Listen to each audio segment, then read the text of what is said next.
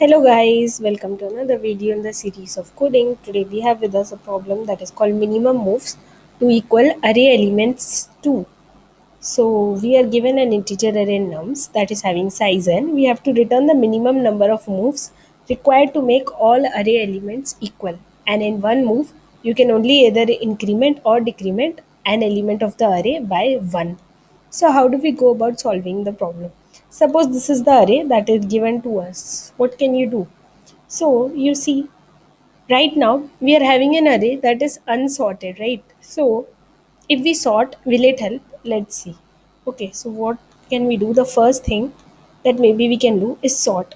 How would sorting help? Okay, now it gives you a sense of clarity, and sorting would help here because now you see it becomes clearer to observe this array. Now in this array you have to find minimum number of steps to make one single element. So what can it be? Okay, let's start thinking. What if we try to make all the elements as one? So if we make everything in the array as one, will that give you the minimum answer? Let's think about it. So if I make everything one, you see, I will have to spend a lot of let's say money. Let's just say money. Let's say it's money, how much you have to spend to make everything one. Okay, so to make one as one, we will just have to spend 0 rupees, but to make 3 to 1, you will have to spend 2 rupees. Like you will have to subtract 2 from 3 to make 1. So you are actually taking 2 steps, or let's just say we are spending 2 rupees to make this one. Okay, what about making 7 to 1? You will have to spend 6 rupees. What about making 8 to 1? You will have to spend 7 rupees, right? You will have to subtract 7 from 8. What about making 11 to 1? You will have to spend 10 rupees. So overall you will have to spend 2 plus 6, which is 8, 8 plus 7, 15, 15 plus 10, 25. You will have to spend 25 rupees. Okay, is this approach optimal? Not at all, because see here you can notice that one is the extreme case, right? So that is why sorting helps. One is the extreme case. If you want to make anything one, right, you will have to make all the larger elements one. You will have to spend a lot of money. Okay, with increasing amount, as you go to the right, you will have to keep incrementing your money that you have to spend to make everything at the same base level of one, right? So this situation is definitely not optimal. Okay, let's think about something else. Let's say if we try to make everything 11, again 11 is extreme, right? You will face the same problem in extreme to make. Okay, so what do I mean by that? Let's see. So to make 1 equal to 11, right, you will have to spend a lot of money. You will have to spend 10 rupees. What about making 3 to 11? You will have to spend 8 rupees. What about making 7 to 11? You will have to spend 4 rupees. Making 8 to 11, you will have to spend 3 rupees, and 11 is already 11, so you will have to spend 0 rupees. So if you add all these amounts again, or the number of steps again, 10 plus 8 is 18, 18 plus 4 is 22, and uh, 22 plus 3 is 25, right? So again you have to spend 25 rupees. So going in any of the extreme cases is very very dangerous, because you will have to spend a large amount of money to go to the extreme. Okay, let's think about some other element. What about picking 3? What about making everything as 3? Is that little better? Let's see. So if you make 1 equal to 3, you have to spend only little money. Okay, you have to spend 2 rupees to make 1 equal to 3. For making 3, you have to spend 0 rupees. What about 7? If you have to make 7 to 3, you will have to spend, right, 4 rupees. You will have to, I mean, subtract 4 from, so let me write it as just 4, not to confuse. So you have to subtract 4 from 7 to make 7 equal to 3, right? So what about 8? So for making 8 equal to 3, you have to spend 5 rupees. For making 11 equal to 3, you have to spend 8 rupees. Now, you see, on the right side again, you have to spend a lot of money. But you see, the benefit here is you have lesser numbers. As you keep going towards the center or middle, you have lesser numbers that are having large values, right? Because your center is getting shifted. It is getting like skewed. So you can think of it something like this. If you have observed normal distribution, right, a skewed distribution will be something like this, right? Too much towards the left extreme or too much towards the right extreme will be something like this.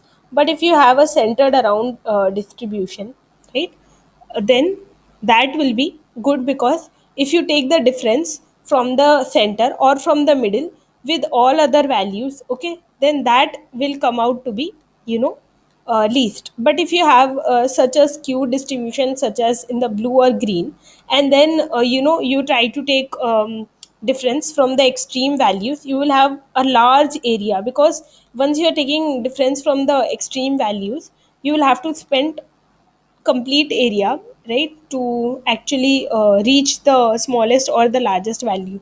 So hope that is little bit intuitive. So let's anyway complete this and also check it formally. So total amount of money that you are spending in this case is 2 plus 4 is 6, 6 plus 5 is 11, 11 plus 8 is 17, right? So you are spending 17. Okay. What about we take another case before actually going to the answer. So let me erase all this. Suppose you are trying to make everything now 8, right? So we are trying to make everything 8. How much money will we have to spend? So 1 plus you will have to spend 7 rupees. 1 plus 7 is 8. Then you have 3 plus 5 is equal to 8. Then you have 7 minus, sorry, 7 plus 1 is equal to 8. And then you have 8, 8 is already 8, and then 11, 11 minus 3 is equal to 8, right? So total amount of steps that you have to take is 7 plus 5 is 12, 12 plus 1 is 13, 13 plus 3 is 16, right? So you have to spend 16. But is this the minimum approach? No, minimum will be when once you reach at the complete center, right? Once you reach at the complete center, then you will have to um, take minimum number of steps, and let's try to observe that. So let's write our final answer. So we are trying to make everything as 7. So in this case 1 plus 6 is 7, okay, and then 3 plus 4 is 7, and then to make 7 as 7, it is, I mean, it's already 7, you need not spend any money. To make 8 as 7, you need to subtract 1. To make 11 as 7, you need to subtract 4, okay. So now you can observe that, see, you can observe in this case you have equal amount of distribution, sort of, not exactly equal, but at least more equal distribution relatively compared to other cases. Because in this case you have to, let's say, almost it gets distributed, the weight gets distributed at the right and the left ends, and overall you don't have any extreme value. So to the center the money will be least. So we'll just add 6 plus 4 is 10, 10 plus 1 is 11, 11 plus 4 is 15. And you can observe that out of all the cases,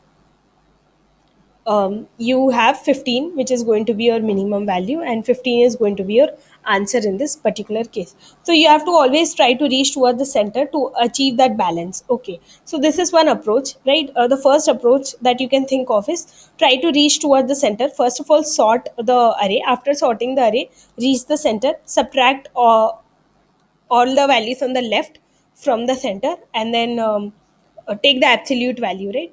So all the values on the left and the right, you just subtract from the center and take the absolute value, and that will give you your answer. But is there a better approach, right? Is there a better approach to this particular solution?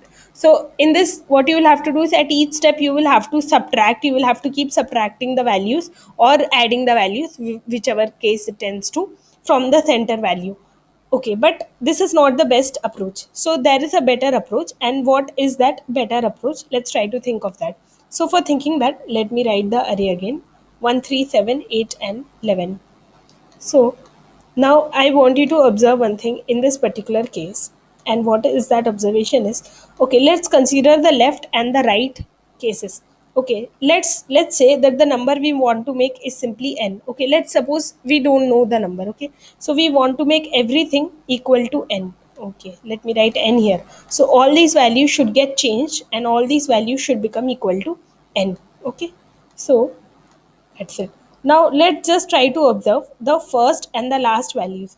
Let's say you have to add x amount.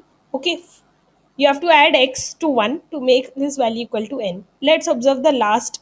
In the last extreme, from 11, let's say you have to subtract y to make this equal to n. Why are you subtracting? Because obviously you're going towards the center from right extreme. Right is a bigger value, so you have to subtract something. In the left you have smallest or least value, you have sorted the array, so you have to add something. So what do you observe? You observe that in this case, let me write it here, 1 plus x is equal to 11 minus y is equal to n. Okay, now observe this. what is your answer? Answer is just x plus y, right? X plus y is your number of steps. What is asked in the question? You have to minimize x plus y at each step, at all the steps, and that is your answer. So what is x plus y from this equation? So you can observe that if you take y that side, you get x plus y is simply equal to 11 minus 1, okay, which is equal to 10. So even if you don't know what n you are going to make, right? Even if you don't know, we just found out it's the median or the middle value, but even if you are not known that, a better approach would have been, you just need to find x plus y. You don't care of any other things, you have to just minimize x plus y. So that is simply 11 minus 1, which is 10. So take the value here, okay, take the value, let's say this is end, take the value at end, subtract it from the value at start, that is 11 minus 1 in this case, that is equal to 10, that is equal to your x plus y, right? That is the case. Okay, so in this particular let me go over this example and show that this works. So if you just do 11 minus 1, that is equal to 10, right? Okay, let's go forward. Let's increment our start and let's decrement our end. So in this case, our start has moved to 3 and end has moved to 8. And let me erase this from here. Okay. Now, again, you are having the same thing, right? So you have to again add x and you have to remove y. So to make it n, okay, some other x and some other y, but again, let's just call them x and y for our, simplicity. So again you have a equation 3 plus x is equal to 8 minus y, right? In this case, what will be your x plus y? Again, x plus y will be equal to 8 minus 3, which will be equal to 5, right? So in this case, 8 minus 3 is 5, and that will be equal to x plus y. So here, let me add 5. Okay. Now let's go forward to the next example. So in the next possible iteration, I will again increment start and I will decrement end, right? So your start will increment, end will decrement. We will come back to 7. In this case, start and end are anyway at the same value, so you need not do anything, right? So finally, you can just add 10 plus 5, that will be equal to 15, and you have made your, you have got your answer. You just need to find number of steps in the question, right? So 15 is your answer. So this is a better approach, and this works in a better way. Okay, now let's just take one more example quickly. Let's say I have simply 1, 3, 7, and 8. In this case, how do you find, right? So in this case, like finding median is not that easy. Finding the middle value is not easy. Suppose you are taking the first approach.